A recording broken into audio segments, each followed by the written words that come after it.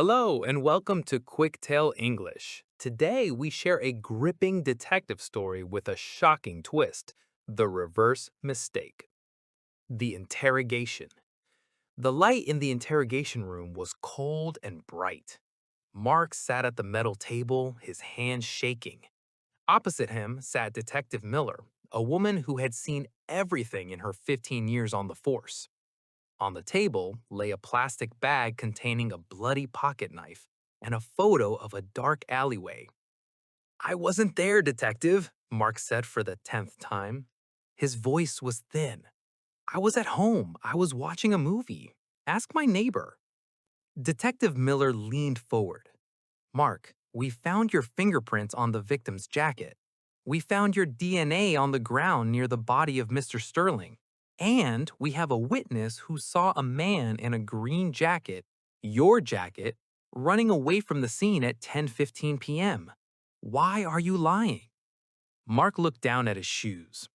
I'm not lying. I don't know Mr. Sterling. I've never been to that part of the city. I was home all night. The evidence was clear. Mr. Sterling, a wealthy businessman, was found dead in a rainy alleyway. Mark was the perfect suspect. He was poor, he had no real alibi, and his fingerprints were everywhere. In the eyes of the police, Mark was a murderer. But Mark continued to deny everything with a strange kind of desperation. The strange evidence. Detective Miller went back to her office and looked at the forensic report again. Something was bothering her. She was an expert at reading people, and Mark didn't look like a killer. He looked like a man who was terrified, but not of the police. She called the medical examiner. Tell me about the cause of death again, Miller said. Mr. Sterling died from a single wound, the doctor replied. But here is the strange part, Miller. Someone tried to stop the bleeding. Someone used a high-quality bandage and applied pressure to the wound before the victim died. If the killer wanted him dead, why would he try to save him? Miller's eyes widened. She realized that the evidence didn't show a struggle, it showed a rescue attempt. She went back into the interrogation room. Mark, she said softly, I know you were there, but I also know you tried to help him. Why are you hiding the truth? If you were trying to save him, you are a witness, not a killer. Mark looked up, tears in his eyes. If I tell you the truth, he will kill me too. The real story. Finally, Mark started to talk. He wasn't at home watching a movie. He was a delivery driver, and he was taking a shortcut through the alleyway. He saw a man in a black mask attacking Mr. Sterling. The attacker was professional and fast. He stabbed Mr. Sterling once and then heard Mark's footsteps. The killer turned around. He didn't run, he walked toward Mark and showed him his face. It was a face Mark recognized from the news. It was Arthur Thorne, the city's most powerful lawyer and the man with connections to the local mafia.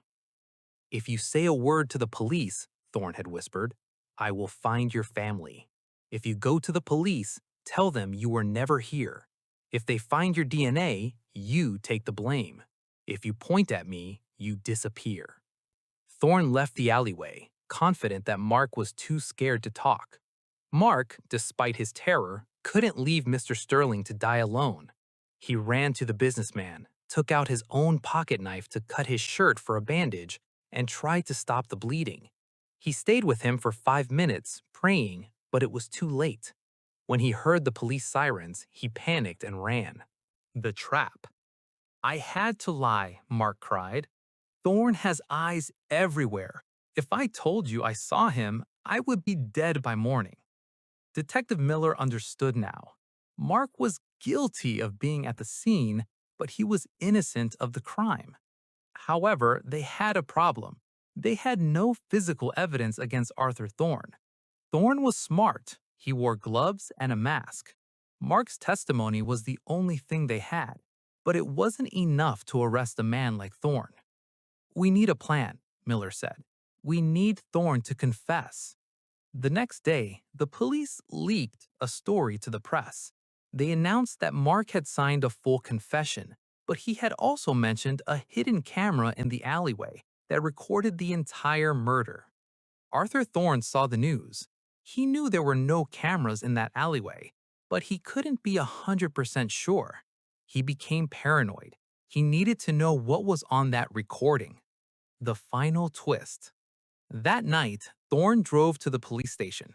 He used his influence to get a private meeting with Detective Miller. I want to see the evidence against my client's associate, Thorne said smoothly, pretending to be a worried lawyer.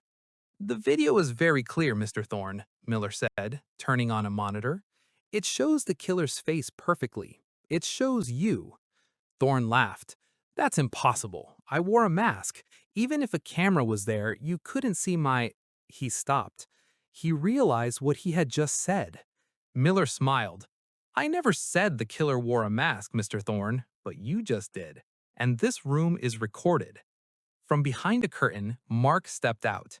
He was still scared, but he was standing tall. You aren't the hero of this story, Thorne, Mark said. You're just the villain who got caught. The lesson. Arthur Thorne was arrested. Because of his confession and Mark's detailed testimony, the untouchable lawyer went to prison. Mark was cleared of all charges. The police even gave him a reward for his bravery in trying to save Mr. Sterling. Mark learned that fear is a powerful cage, but the truth is the only key that can open it. He had tried to hide his presence at the crime scene to stay safe, but it was the mistake of being there and his choice to help a stranger that eventually saved his own life. In the end, the evidence didn't lie. It showed that Mark was a man who cared, and in a world of shadows, that was the most important evidence of all. Thank you for joining QuickTale English. Subscribe for more detective mysteries and unexpected twists, and continue practicing your B1 English. See you next time.